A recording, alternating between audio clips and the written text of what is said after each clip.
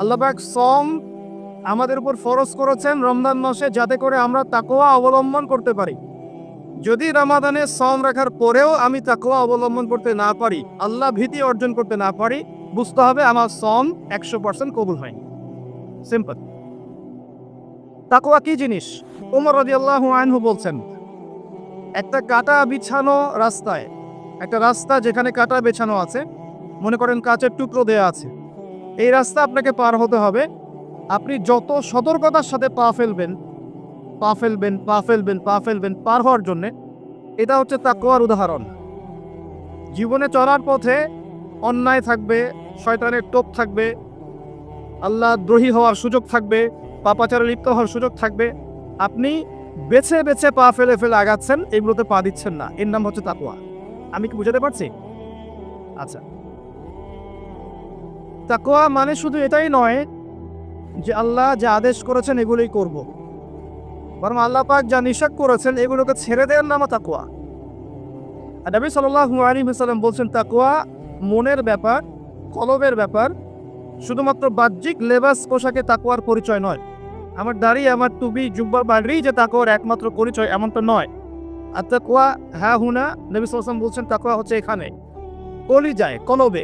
আর কলবটাকে দেখা যায় না, দেখা যায়?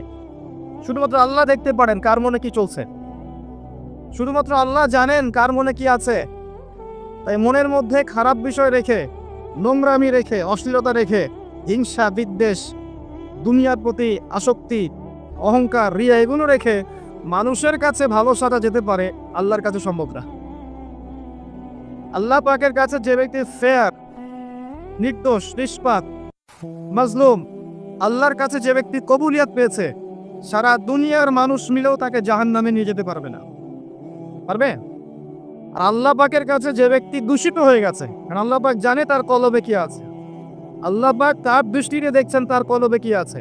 আল্লাহ যদি তাকে রিকগনাইজ করেন যে এর কলবে দোষ আছে, ত্রুটি আছে, হিংসা আছে, পরশ্রীকাতরতা আছে, রিয়া অহংকার আছে, অশ্লীলতা আছে, শিরক আছে, কুফর আছে, আল্লাহ পাক তাকে জাহান্নামে পাঠাবেন ইনশাআল্লাহ। তো তাকওয়া মনের ব্যাপার, তাকওয়া বাইরের লেবাস পোশাকের বিষয় নয়। আল্লাহ পাক সিয়ামকে উদ্দেশ্য করে বলছেন, রোজা আমি ফরজ করেছি যাতে তোমরা মুত্তাকি হতে পারো। এবার এখান থেকে আমাদের শিক্ষা কি? আমরা সওম রাখি, দেখা যায় মাশাআল্লাহ আমরা সাহরি করি, আমরা ইফতার করি, মাঝখানে না খেয়ে থাকি, স্ত্রী সহবাস করি না। কিন্তু রোজা রেখেও আমাদের অনেক ব্যক্তি আছেন যারা সুদ খান, রোজা রেখে অনেক ব্যক্তি আছেন যারা ঘুষ নেন। আমাকে বলতে দেন, আমি ভুলে যাব, মানে আপনারা ঠিক বলতে থাকলে আমি ভুলে যাব। রোজা রেখে অনেক ব্যক্তি আছে যারা জিনা করছে, রোজা রেখেছে বয়ফ্রেন্ড গার্লফ্রেন্ডের সাথে ফ্রি মিক্সিংয়ে আছে, রোজা রেখেছে দেখবেন মাপে কম দিচ্ছে, মাপে ওজনে কম দিচ্ছে, রোজা রেখেছে কিন্তু দুর্নীতি করছে, রোজা রেখেছে অন্যের সম্পদ আত্মসাৎ করছে, রোজা রেখেও ব্যবসায়িক পণ্য মজুত করে বাজারে সিন্ডিকেট সৃষ্টি করছে, পণ্যের দাম ইচ্ছাকৃতভাবে বাড়িয়ে দিচ্ছে, মানুষ অসহায়ের মতো নিত্য প্রয়োজনীয় দ্রব্যের জন্য কি হাহাকার টানা করছে। রোজা রেখে যদি মানুষ এই কাজগুলো করে, আবার দেখা যায় রোজা রেখেও মানুষ নামাজ পড়ছে না। অনেকেই রোজা রেখেছে শুধু তারাবির নামাজ পড়ে, 5 ওয়াক্ত নামাজ জামাতে পড়ছে না, রোজা রেখেও যাকাত দিচ্ছে না, রোজা রেখেছে মিথ্যা কথা বলছে, রোজা রেখেছে মানুষের গীবত করছে, রোজা রেখে ঝগড়া বিবাদ করছে। রোজা রেখে যদি এই কাজগুলো করে, লাআল্লাকুম তাত্তাকুন, ওই হকটা আদায় হয়নি। আমি কি বুঝাতে পারছি ভাই? তার মানে সওম কিভাবে রাখবো? উত্তর, আল্লাহ পাকের নবী মুহাম্মদ সাল্লাল্লাহু আলাইহি ওয়াসাল্লাম যেভাবে রেখেছেন আমি সেভাবে রাখবো। নবী করিম সাল্লাল্লাহু আলাইহি ওয়াসাল্লাম সওম রেখে খাওয়া এবং পানাহার যেমন ত্যাগ করতেন, স্ত্রী সহবাস ত্যাগ করতেন, তিনি 5 ওয়াক্ত সালাত আদায় করতেন, বেশি বেশি সওম রেখে দান খয়রাত করতেন, সওম রেখে বেশি থেকে বেশি কোরআন তেলাওয়াত করতেন, সওম রেখে ইফতার করাতেন, সওম রেখে নবী সাল্লাল্লাহু আলাইহি ওয়াসাল্লাম যুদ্ধও করেছেন। আমার কথা কি বুঝতে পারছেন? সওম রেখে নবী সাল্লাল্লাহু আলাইহি ওয়াসাল্লাম দ্বীনের প্রচার করেছেন, পরিবারের খোঁজ নিয়েছেন, মানুষকে খাইয়েছেন, তাবলীগ করেছেন। সওম রেখে তিনি যাবতীয় ভালো কাজগুলো করেছেন। আমাদেরকেও রোজা রেখে ভালো কাজগুলো করতে হবে, এটা 1 নাম্বার। একই সাথে সওম রেখে নবী সাল্লাল্লাহু আলাইহি ওয়াসাল্লাম কখনো অন্যায় কোনো কাজে লিপ্ত হননি। হয়েছেন? তার সাহাবীরা হয়েছেন? অতএব আমরাও সওম রেখে, রোজা রেখে হারাম খাওয়া, সুদ খাওয়া, আপনার ঘুষ খাওয়া, জেনা করা, দুর্নীতি করা, মিথ্যা বলা, গীবত করা, অন্যের সমালোচনা করা, অন্যের দোষ ত্রুটি খুঁজে খুঁজে বের করা, চগলখড়ি করা, এ ধরনের কাজে লিপ্ত হব না। আল্লাহ পাক আমাদেরকে তৌফিক দান করবেন। আমি কয়েকটা কাজ বলি, এটা বলে আমি মূল পয়েন্টের দিকে যাচ্ছি, কোরআন মাহ রমাদানের দিকে ইনশাআল্লাহ তাআলা। সওম রেখে আপনারা প্রথমত বেশি খাবেন না, এক নম্বর কথা। সওম রেখে আপনারা বেশি খাবেন না, সেহরিতে খুব বেশি আয়োজন করতে যায়েন না। যতটুকুতে আপনার চলে যায় অতটুকু করেন। রান্নাঘরে বেশি সময় নষ্ট করেন না, বাজারে বেশি সময় নষ্ট করেন না। 2-3টা তরকারি দিয়ে আপনার খাওয়া হয়ে যেতে পারে, একটা দিয়েও হয়ে যায়, 10টা আইটেম করার দরকার নাই। আপনি দুনিয়াবি কাজগুলোকে কমিয়ে ফেলেন রমজান মাসে, দুনিয়াবি কাজগুলোকে কমিয়ে ফেলেন, পরকালের কাজগুলোকে বাড়ান, আল্লাহ তৌফিক দান করবেন। সেহরিতে এমন করে খাবেন না যেটা আপনার জীবনের শেষ খাওয়া, এইভাবে খাবেন না। সাহারি করেন যতটুকু প্রয়োজন। ইফতারেও এত বেশি আয়োজন করবেন না যে আপনার সারাদিনের সওম রাখার যে আধ্যাত্মিক তনুর এটা নষ্ট হয়ে যায়। ইফতারে আপনি অনেক বেশি আয়োজন করেন, মাগরিবের সালাত, তারাবির নামাজ আপনি এনথুসিয়াজমের সাথে আদায় করতে পারবেন না, আপনি প্রফুল্লতার সাথে আদায় করতে পারবেন না, অলস হয়ে যাবেন, ঘুমিয়ে পড়বেন, ক্লান্ত হয়ে যাবেন। ইফতারে খুব বেশি খেতে নেই। আমি কিছু প্র্যাকটিক্যাল কথা বলছি, আমল করতে পারলে ইনশাল্লাহ কল্যাণ হবে। আমি নিজে চেষ্টা করি, আপনাদেরকে বলছি আল্লাহ পাক তৌফিক দান করতে। এরপরে সওম রেখে আপনি বেশি বেশি ফরজের পাশাপাশি নফল নামাজ পড়ার চেষ্টা করেন। ফরজ তো পড়বেনই, 5 ওয়াক্ত সালাত জামাতে অবশ্যই করবেন। যারা 5 ওয়াক্ত নামাজ জামাতে পড়ি না, রমজান মাসটা সুবর্ণ সুযোগ, 5 ওয়াক্ত সালাত জামাতে পড়বেন, করা যাবে ইনশাল্লাহ। এর পাশাপাশি দৈনিক 12 রাকাত সুন্নত পড়বেন। দৈনিক 12 রাকাত যে ব্যক্তি সুন্নাহ আদায় করে তার জন্য জান্নাতে একটা করে ঘর নির্মাণ করা হয়। দৈনিক একটা করে ঘর পেতে পারেন জান্নাতে যদি দৈনিক 12 রাকাত নফল বা সুন্নাহ আদায় করে। এটা কি 12 রাকাত? ফজরের আগের 2, জোহরের আগে 4, পরে 2, 6 আর 2 8, মাগরিবের পরে 2 10, এশার পরে 2 12। এই 12 রাকাত নফল বা সুন্নাহ যে আদায় করে প্রত্যেক দিন, তার জন্য জান্নাতে একটা করে ঘর নির্মাণ করা হয়। সুবহানাল্লাহ। রমজান মাসে এটা ছাড়বেন না ইনশাআল্লাহ, আল্লাহ পাক তৌফিক দান করুন। এবং 5 ওয়াক্ত সালাত তো অবশ্যই জামাতে পড়বেন, আল্লাহ পাক তৌফিক দান করুন। আমি বিশেষভাবে ফজর এবং এশা এবং আসর এগুলো যেন জামাত না ছোটে। যদি কারো ছুটেও যায় আপনি একা পড়ে নেবেন। যদি ঘুমিয়ে থাকেন ঘুম থেকে উঠলেই পড়ে নেবেন। যদি ভুলে যান স্মরণ হলেই পড়ে নেবেন। যদি আপনি মুসাফির হন কসর করে নেবেন। নামাজ ছাড়া যাবে না। এমন একটা জায়গা আপনি আছেন যেখানে আপনার কোনো কাপড়ই নাই, মনে করেন আপনার কোনো পবিত্র কাপড়ই নাই, এমন একটা জায়গা আপনি আছেন, কোনো কাপড় নাই, ওযুর পানিও নাই, আপনার তায়াম্মুমের মাটিও নাই, আপনি কি করবেন? নামাজ পড়বেন না? কি করবেন? নামাজ আছে আপনার উপর ফরজ, আপনাকে এমন জায়গায় রাখা হয়েছে আপনি ওযুও করতে পারছেন না, তায়াম্মুমও করতে পারছেন না, কোনো সুযোগ নাই, এবং আপনার কাপড়ও নাপাক হয়ে গেছে, আপনি কি করবেন? নামাজ ছেড়ে দিবেন? নামাজ ছেড়ে দিবেন? ছাড়বেন না। নামাজের কোনো মাফ নাই, নামাজের কোনো মাফ নাই। আর নামাজ বলতে আমি বর্তমান সময়ের চলমান 3G 4G নামাজকে বোঝাচ্ছি না। আমি মেনশন করতে যাচ্ছি নবী সাল্লাল্লাহু আলাইহি ওয়াসাল্লাম যেভাবে নামাজ পড়তেন সেই নামাজের কথা। তিনি ধীর স্থিরভাবে নামাজ পড়তেন। তিনি যে আমাদের মতো 4G স্পিডে নামাজ পড়তেন, রুকু করলে সেজদা পাওয়া যায় না। অনেক মসজিদে দেখবেন তারাবি হবে রমজান মাসে এত দ্রুত যে আসলে মুসল্লি বুঝতে পারে না কি তেলাওয়াত করা হচ্ছে। শেষের আয়াতটাকে লম্বা টান দিয়ে ছাড়া হয়, ওইটা খালি বুঝতে পারে এখন রুকু হবে, এইটুকু বুঝতে পারবে। এরকম নয়।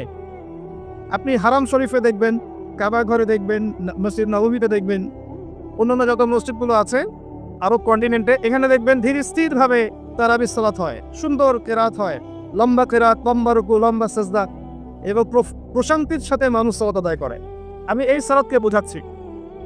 রমাদান মাসে সালাতটাকে প্রশান্তির সাথে আদায় করেন, তাড়াহুড়া করবেন।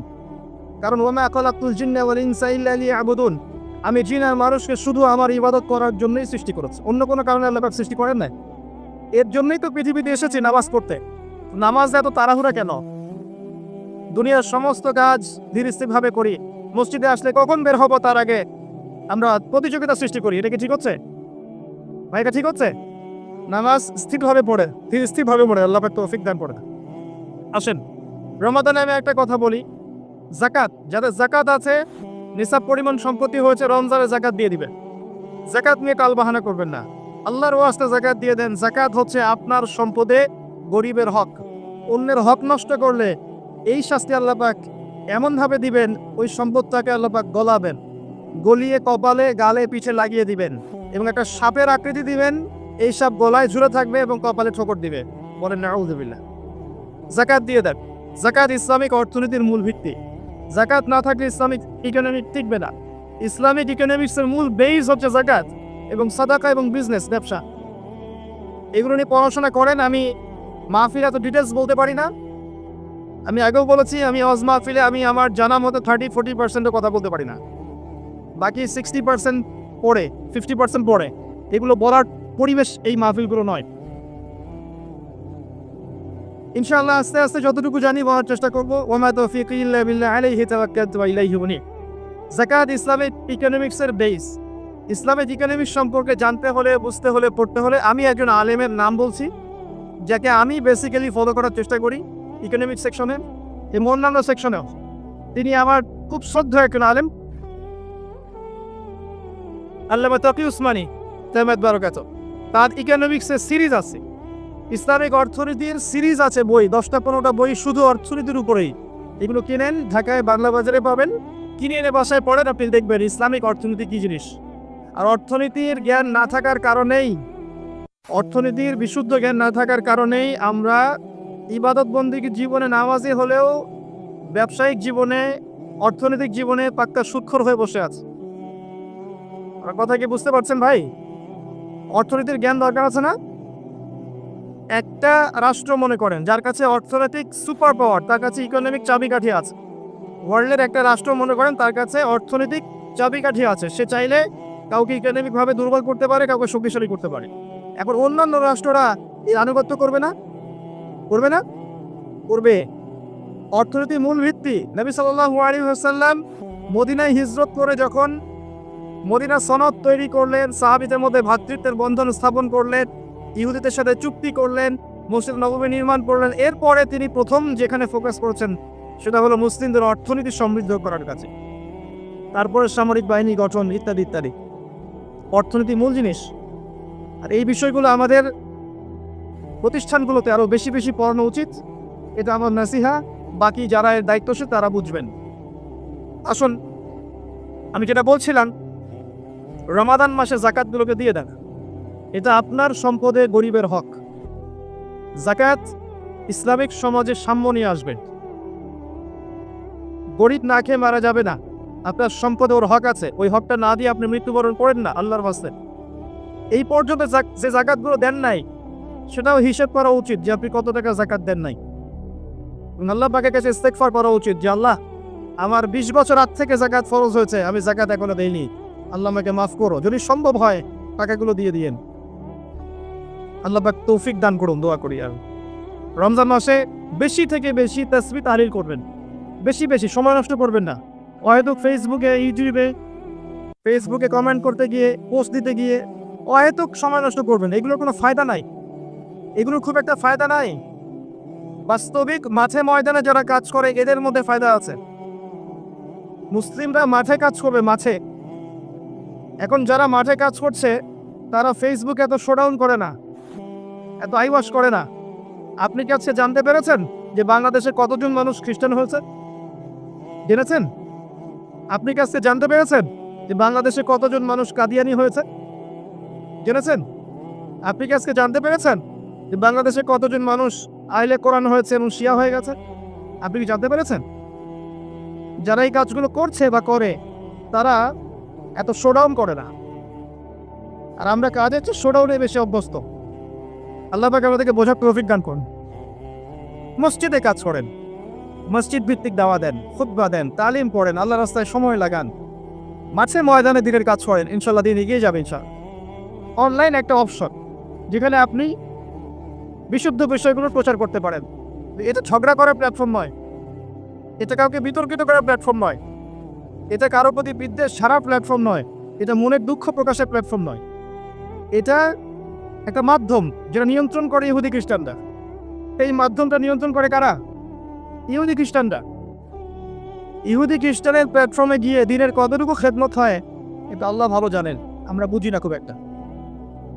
অনেক সময় মনে করছেন যে অনেক প্রচার প্রসার হচ্ছে, কল্যাণের চেয়ে অকল্যাণ অনেক বেশি আছে, সময় হলেই বুঝতে পারবেন ইনশাআল্লাহ। কল্যাণের চাইতে এখানে যে অকল্যাণ বেশি আছে এটা সময় হলে বুঝতে পারবেন ইনশাআল্লাহ। আমি অপেক্ষা করছি সময়ের জন্য, আমি সময়ের অপেক্ষা করতে বলছি, সময়টা হোক ইনশাআল্লাহ। এগুলোর মধ্যে কল্যাণের চাইতে অকল্যাণটা বেশি ছিল। এগুলো নিয়ন্ত্রণ মুসলিমদের হাতে নেই, এটা টোটাল নিয়ন্ত্রণ বাইরে। এবং এখানে কনস্ট্রাকটিভ কিছু পাবেন না আপনি, কনস্ট্রাকটিভ কিছু না। একটা ছেলে দিনের জ্ঞান অর্জন করতে চাবে, সে ইউটিউবে ঢুকবে, ওই বিষয়ে লেকচার শুনতে চাবে, যখনই সার্চ দিবে সে দেখবে ওই বিষয়ে এক আলেম যা বলেছেন তার বিপক্ষে আরেকজন কি বলেছেন এটা চলে আসবে।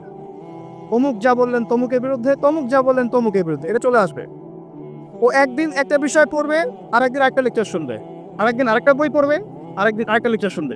ও বিক্ষিপ্তভাবে ইসলাম চর্চা করবে, ওর মধ্যে কোনো কনস্ট্রাকটিভ ইসলামিক আইডিওলজি ইনস্টল করা যাবে না। আমরা কি স্কুল লাইফে এভাবে পড়াশোনা করেছি? কলেজে এভাবে পড়াশোনা করেছি? মাদ্রাসায় কি এভাবে এলোমেলো পড়াশোনা করেছি? শুরুটা হয় একটা লেভেল থেকে, লেভেল 1, লেভেল 2, লেভেল 3, লেভেল 4, আস্তে আস্তে আস্তে আস্তে মানুষ একটা লেভেলে যায়। আর আপনি যখন অনলাইন সেকশনকে ইলম অর্জনের একমাত্র মাধ্যম বানিয়েছেন, তখন আপনার মস্তিষ্ক বিক্ষিপ্ত হয়ে গেছে। আপনি ছাড়ার কথা বুঝতে পারছেন? হয়তো বুঝতে পারছেন না। যখন আপনি অনলাইনটাকে দিনের জ্ঞান শেখার একমাত্র মাধ্যম বানিয়েছেন, তখন আপনার মস্তিষ্কটা বিক্ষিপ্ত হয়ে গেছে এবং আপনি এখানে গঠনমূলক বিষয়ের চাইতে সমালোচনা বেশি দেখেছেন। এবং এমনও কিছু কুরুচিপূর্ণ বিষয় আছে এখানে যেটা দেখলে মানুষের ইসলাম সম্পর্কে বিরূপ ধারণা সৃষ্টি হয়। সময় হোক বুঝবেন।